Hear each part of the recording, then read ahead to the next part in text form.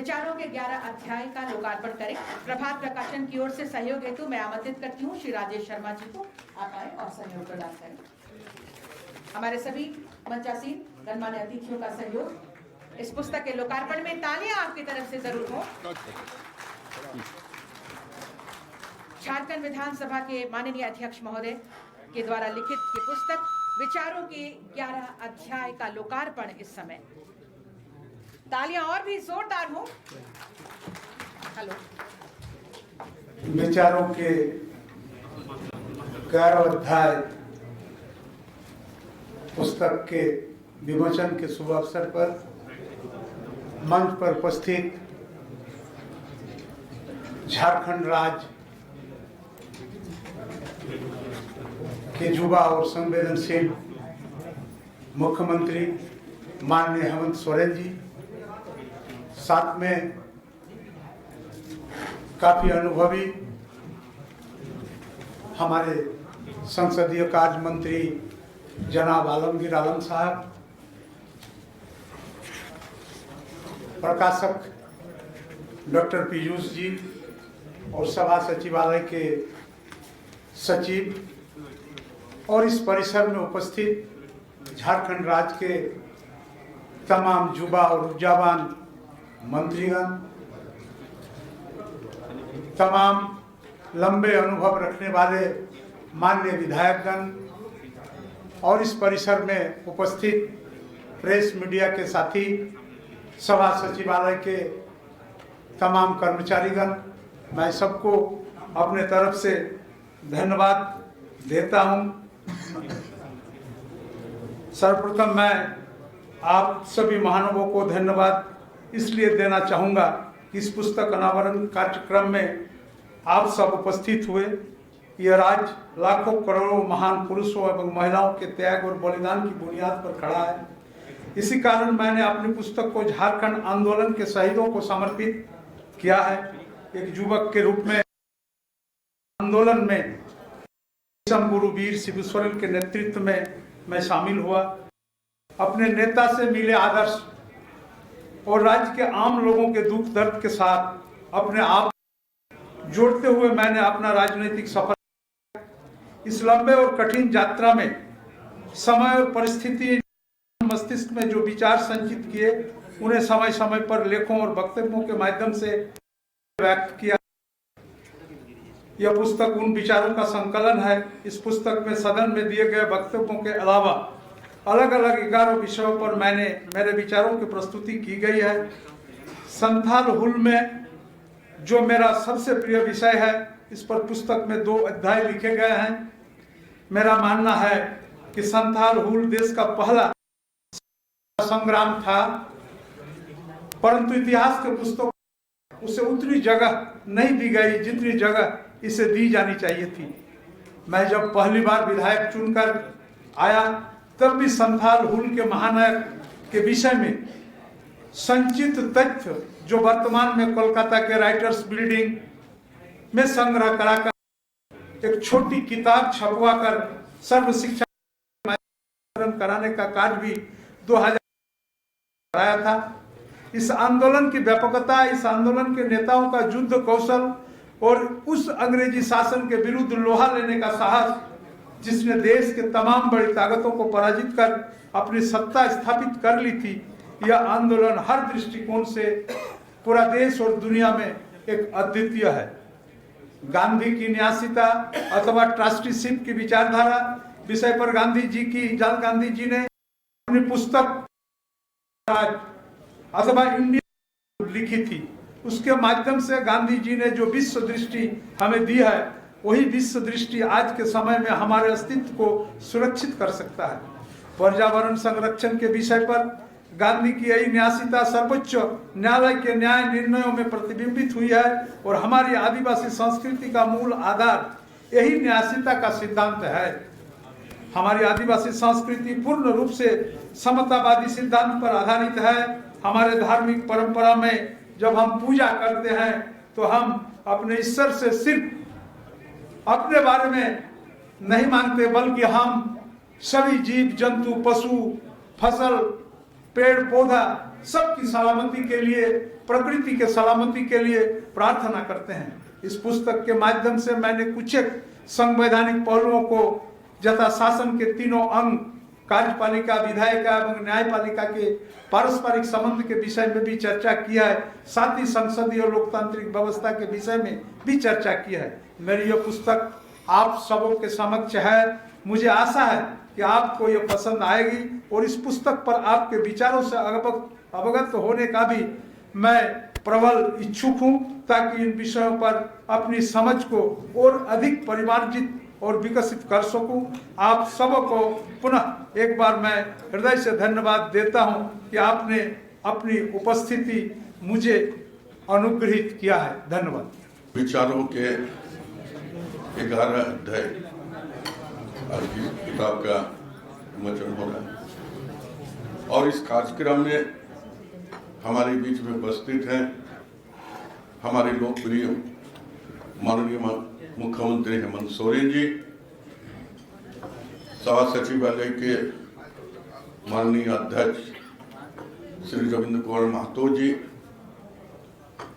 और प्रकाशन से आए हुए पीयूष कुमार जी, सभा सचिवालय के सचिव साहब, मेरे सामने उपस्थित सम्मानित सभी मंत्रीगण, सम्मानित सभी विधायक, सचिवालय के कर्मी पदाधिकारीगण, प्रेस मीडिया के मित्रों, आज एक किताब का जो उन्मोचन हुआ है और हमारे लेखक अपने बातों को 2-3 विषय पर प्रकाश डालने की काम किया है।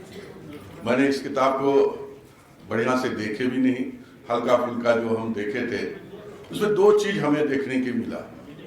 एक ऐतिहासिक जो झारखंड राज्य का अलग होने में और स्वतंत्र अलग राज्य बनने के दिशा में हमारे गुरुजी से लेकर बहुत सारे लोगों ने इसमें अलग राज्य झारखंड बनाने के लिए जीत और मेहनत भी किए, अपने खून भी पसीना बहाने की काम की है और शहादत भी दी है। और दूसरा है कि संविधान, और ये संविधान का अनुभव तो लंबा दिनों से आ रहा है और समय समय पर इसका जो जहां भी लगा कि इसका परिवर्तन होना चाहिए वहां भी हुआ है। ये 2 विषय पर आधारित है और हम कहना चाहेंगे कि महतो जी से बहुत दिनों से मेरा संपर्क है। जब हम लोग एमएलए हॉस्टल में रहा करते थे, रहने वाली झारखंड के हैं, उच्च शिक्षा प्राप्त करने के लिए कलकत्ता यूनिवर्सिटी में उन्होंने पढ़ाई किया है और उन्होंने अपने जिंदगी में झारखंड अलग राज्य के लिए लड़ाई लड़ी। झारखंड राज्य अलग हुए और 2005 में विधायक के रूप में उन्होंने यहाँ आने की, विधानसभा में आने की काम किया और उसी समय से लगातार हम भी साथ में रहे। 2009 को छोड़कर वो भी नहीं थे और उन्होंने विधानसभा में अपनी बातों को रखने का, उन्होंने उनकी जो कार्यशैली रहा, उन्होंने काम करने की क्षमता रहा, वो सराहनीय रहा। और मैं आज संविधान के बारे में इतना ही कहना चाहेंगे कि हमारे यहाँ जो डेमोक्रेसी है, लोकतंत्र है, लोकतंत्र में जो है देश 3 तंत्र से ही चलता है और ये 3 तंत्र को जानना समझना हर एक जो विधानसभा के सदस्य हो चाहे आम नागरिक हो, सबका जानना चाहिए। विधायिका क्या है, कार्यपालिका क्या है, जुडिशियल क्या है, इन तीनों चीज पर अगर हम अध्ययन करें, गहन अध्ययन करें तो निश्चित तौर पर हम देश का दिशा और दशा को पलट सकते हैं और बढ़िया से हम देश को चला भी सकते हैं। आज हम विधानसभा में बैठते हैं, पक्ष और विपक्ष होते हैं और विपक्ष आईना होते हैं, सरकार की आईना होते हैं। सरकार की आईना खामियां जो है उस बात को उजागर करने के काम होते हैं, लेकिन उजागर करना और सरकार के जवाब देना 2 अलग अलग चीज है। जो खामियां हैं उन बात को उठाते हैं, अगर सरकार उसमें सफल नहीं होता है तो निश्चित तौर पर आने वाले समय में जनता जो है उनको विचार करेगी। इसीलिए हम ये कहना चाहते हैं कि विधानसभा भी चल रहा है कि विपक्ष का काम है कि जनता की जन समस्या का उठाना, ना कि विधानसभा में ऐसा कोई बात करके विधानसभा को बाधित करना किसी भी तरह से सही हम नहीं मानते हैं। आपको बात रखना है, सरकार को जवाब देना है, और निश्चित तौर पर हमको लगता है कि जो संविधान पर उन्होंने बात रखी है उस बात को भी उन्होंने इसमें लाने की काम किया है। और मैं तमाम लोगों से भी यहाँ पर अपील भी करना चाहेंगे कि संविधान के नियम को मानकर अगर हम चलते हैं तो ये लोकतंत्र और भी मजबूत होगा। इन विश्वास के साथ मैं अपने विचारों को, अपनी बातों को समाप्त करते हैं। शुक्रिया।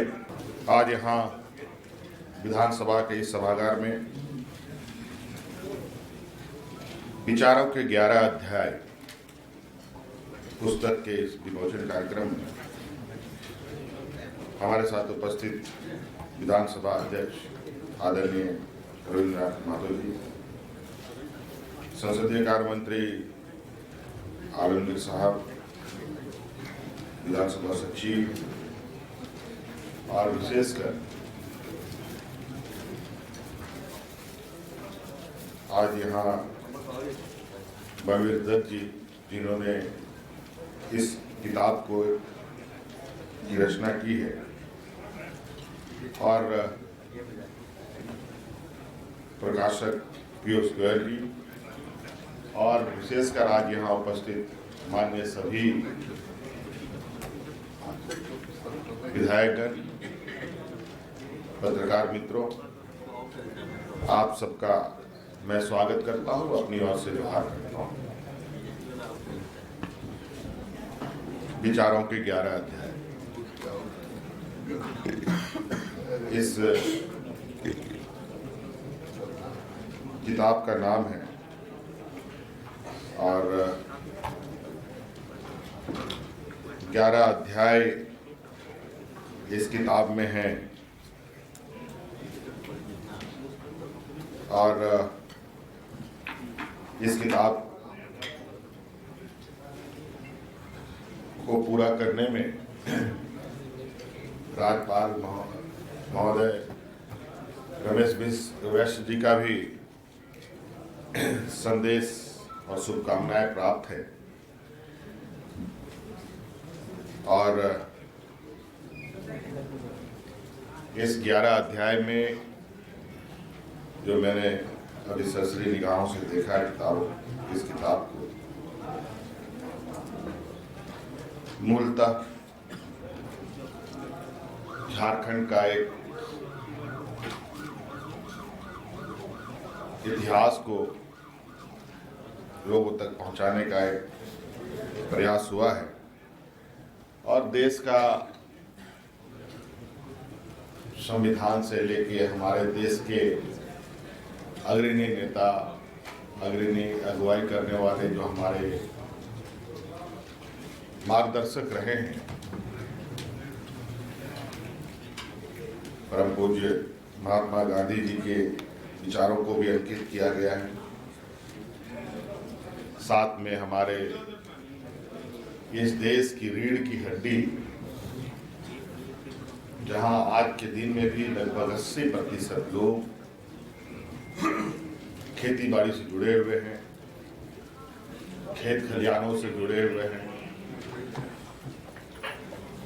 और उन्हीं के बदौलत आज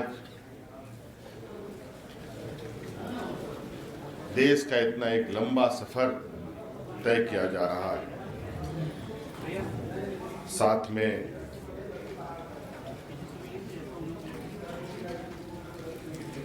शोषण,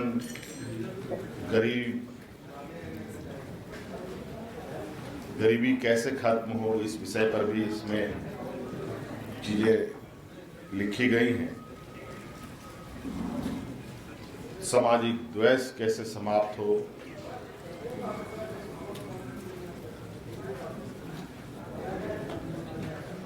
और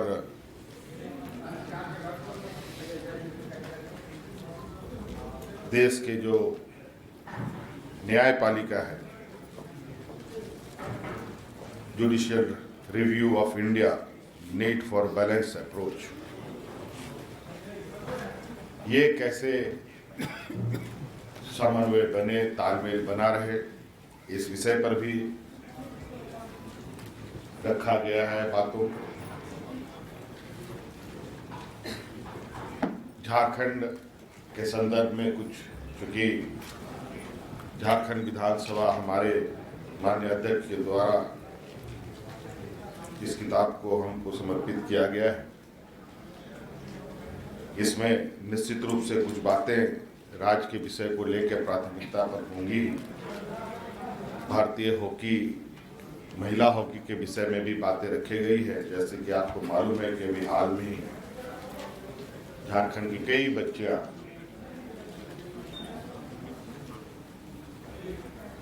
सीमित संसाधन में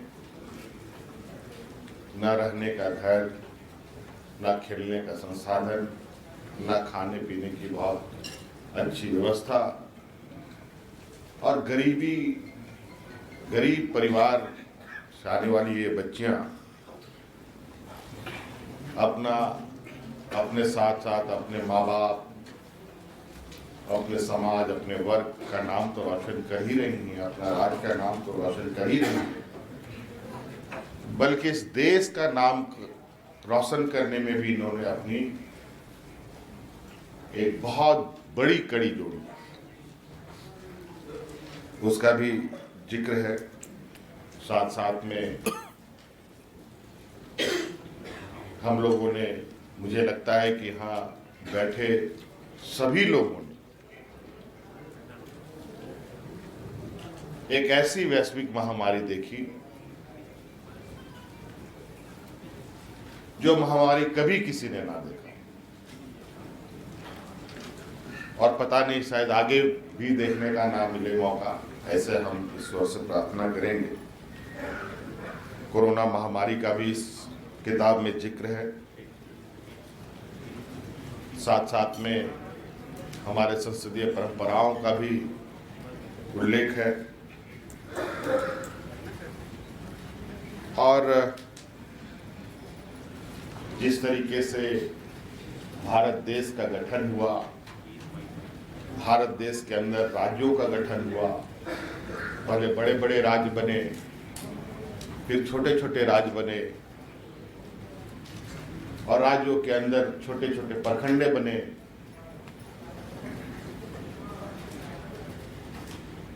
तो छोटे छोटे राज्यों की जो आवश्यकताएं हैं, क्यों पड़ती हैं, क्या जरूरत है, कई राज्य भाषा को लेकर अलग हुए, कई राज्य अपने भौगोलिक दृश्य को लेकर, भौगोलिक व्यवस्था को लेकर अलग हुए, कई राज्य अपने अधिकार, अपने अस्तित्व की लड़ाई को लेकर, अपनी वजूद की लड़ाई को लेकर संघर्ष कर अपना एक अलग राज्य गठित किया।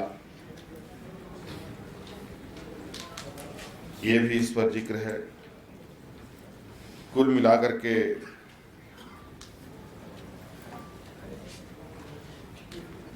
और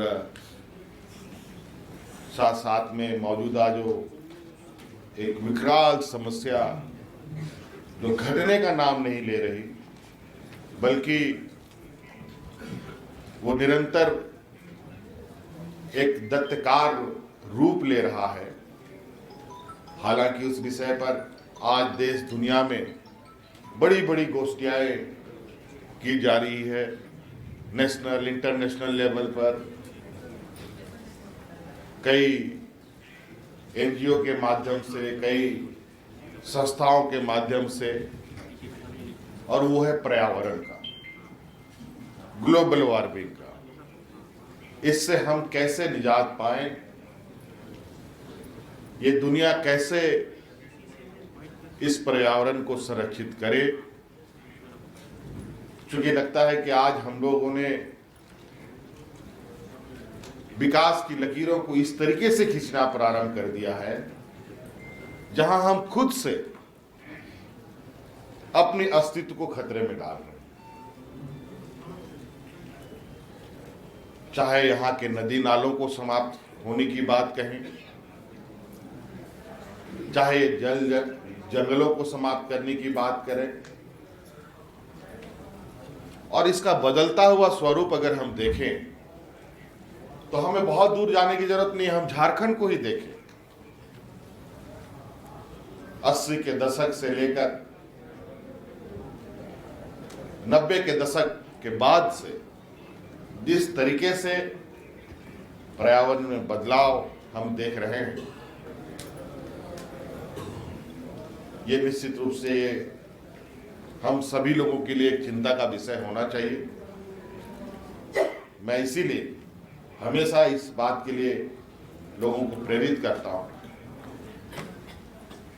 आमतौर पर हम सभाओं में, बड़े बड़े कार्यक्रमों में हम अपने मुख्य अतिथियों को महंगे महंगे गुलदस्तों से सम्मानित करते हैं। हम ये परिपाटी बनाए कि अब हम गुलदस्ता का परिपाटी खत्म कर उन अपने अतिथियों का स्वागत पेड़ से करें, अच्छे पौधों से करें। एक अतिथि अगर 50 जगह जाता है और 50 जगह पेड़ मिलता है, 50 में 49 पेड़ फेंक देता है, अगर एक ही पेड़ बचा ले तो यह भी बहुत बड़ा क्रांति हो सकता है। इसलिए इन सब चीजों का भी इसमें संग्रहण किया गया है और मैं उम्मीद करता हूं विचारों की ये 11 अध्याय आदरणीय रविंद्रनाथ महतो जी द्वारा प्रेषित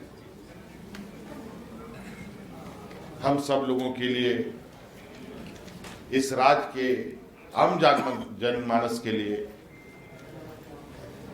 एक मील का पत्थर साबित होगा और हम अपने